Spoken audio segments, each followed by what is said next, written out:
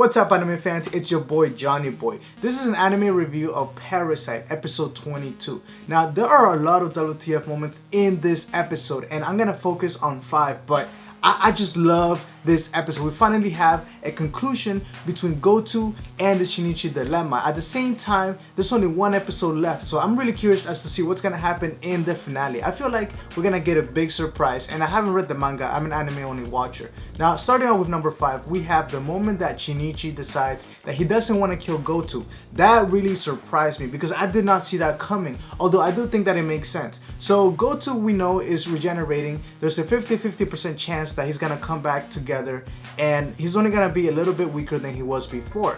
At the same time, in this moment, Migi decides that he doesn't want to kill Gotou because they are the same kind. But the logic for this was kind of didn't make sense for a parasite, because Migi said, well, if it was human laws, basically human law says that you can't kill another human, therefore us parasites shouldn't be killing other parasites. But still, I was surprised that Migi did say that. At the same time, Shinichi did say, well, parasites, I kind of sympathize with them. He was sympathizing with them, saying that they deserve to live, that perhaps Gotou is not his fault, that he was killing, that Mother Nature should decide whether he lives or not.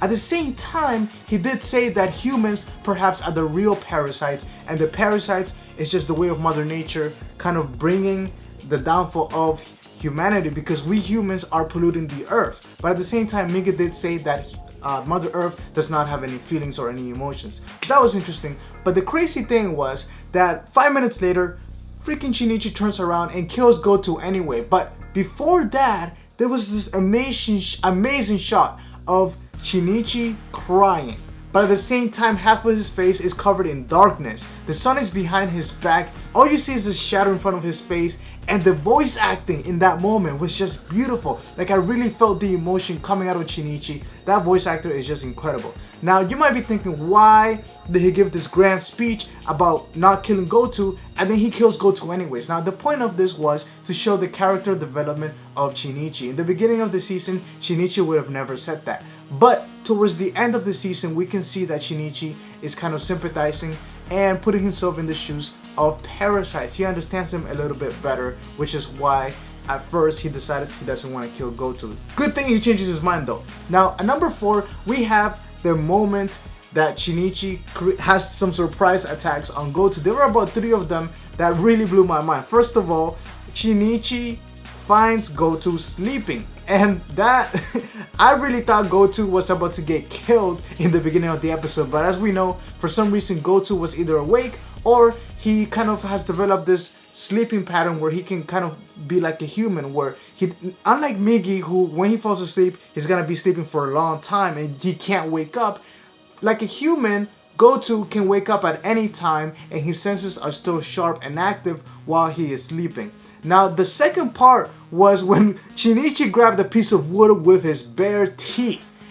Then he jumped on top of a tree and attacked Gotou. Oh man, the music during that moment just really built up the blood inside of me, just boiling. That music during that scene, it was just a perfect combination. I love that moment. But the last surprise attack was when we were by the trash pile, and Shinichi grabs a piece of metal or like a rod and sticks it inside of Gotou. Now that moment, dude, I really thought Shinichi lost an arm for a second. The only other arm that he had left, I thought he lost that, but no, he's okay. At the same time, Shinichi was able to dodge all the attacks and even use his leg to further inflict damage on Gotou with the rod. Now that was an amazing moment. I gotta give it up for Shinichi. Now at number 3, we have Migi's epic entrance. Yo, that entrance from Migi. Oh, yo, that was like something out of, like, I don't know, like an amazing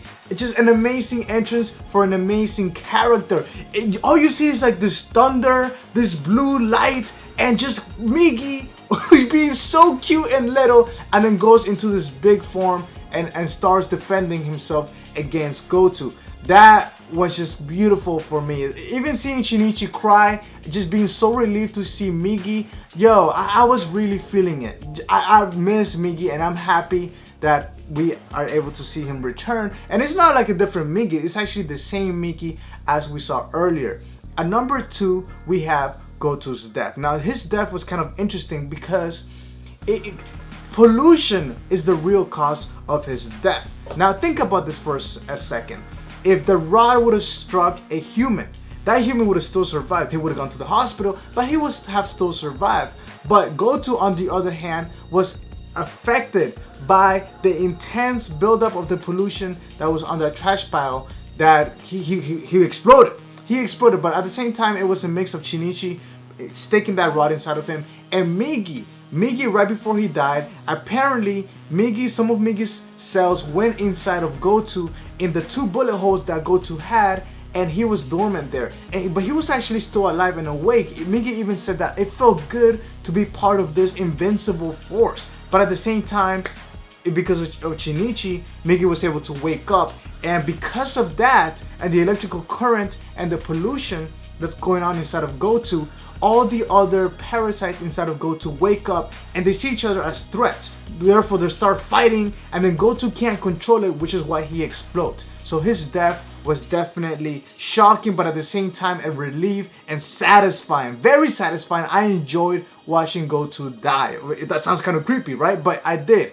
Finally, he's gone. One of my favorite villains of the series, of course, but that was awesome. Now, at number 1, we have Gotou's Superman punch. Yo, okay, that moment. First of all, Shinichi tries to be a badass, and Shinichi attacks Gotou, but that does not work, okay?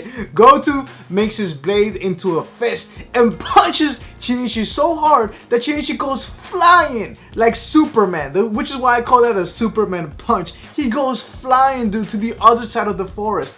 I love that shot. Seeing Shinichi in so much pain and then puking out blood, oh my god, that was one of the most epic scenes of the series. I loved it. It reminded me of the scene where Shinichi was on top of the building in the beginning of the season, and he threw like a baseball ball at one of the villains, and it just went straight to the guts of the villains. Like, that's what it reminded me of. That epic. That was awesome. Let me know in the comments below what you thought about that number 1 moment. I do have other moments that I want to talk about that didn't make the cut, but they're still notable mentions. First of all, Shinichi apparently develops the ability to detect other parasites even without Migi around. That really blew my mind because it especially came handy at the right moment. I don't know what it is about Shinichi that activated or triggered this, but it seems like all the humans have this ability. It's just something has to trigger it, which means if humans have the ability to detect other parasites, then perhaps it is true what Shinichi was saying at the end, or what we pretty much have known from the beginning, that parasites and humans might be part of the same branch. Perhaps the parasites maybe didn't come from a different planet or from space. Maybe they were made here on Earth itself. Like, I'm not sure, but this kind of confirms it, because they were like, humans don't have the ability to detect animals. So why do we have the ability to detect parasites? We must have some sort of connection, kind of like monkeys being like a distant relative to monkeys. I don't know. I just found that very interesting, and it did come in handy. Now, another thing that I mentioned earlier is that Gotou can sleep and still have his razor sharp instincts active. That was amazing. Gotou kind of developed some like human qualities. At the same time, Migi even said that Gotou has anger and rage, which is different from Migi, because Migi didn't take over the head, and Gotou has control of the head and many other parts of the body. So that was interesting to see. And also, one of my favorite moments is towards the very end. Shinichi was thinking about Satomi, and he was thinking about her naked. Naked, all she was doing is covering her titties. That was hilarious. But then he thinks of Gotou shirtless. Okay, shirtless. Like, what is wrong with you, boy? You're about to die, and you're having this crazy hormones for guy and girl. Okay, you're crazy, Shinichi.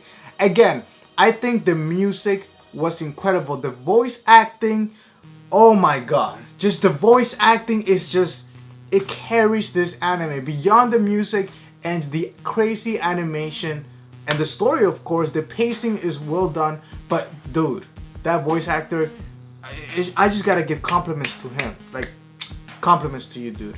Let me know in the comments below what you thought about this episode. And make sure you hit that share button and share this video with your friends on Twitter and on Facebook. Please give me a thumbs up and make sure you subscribe to this channel for more awesome videos. Woo!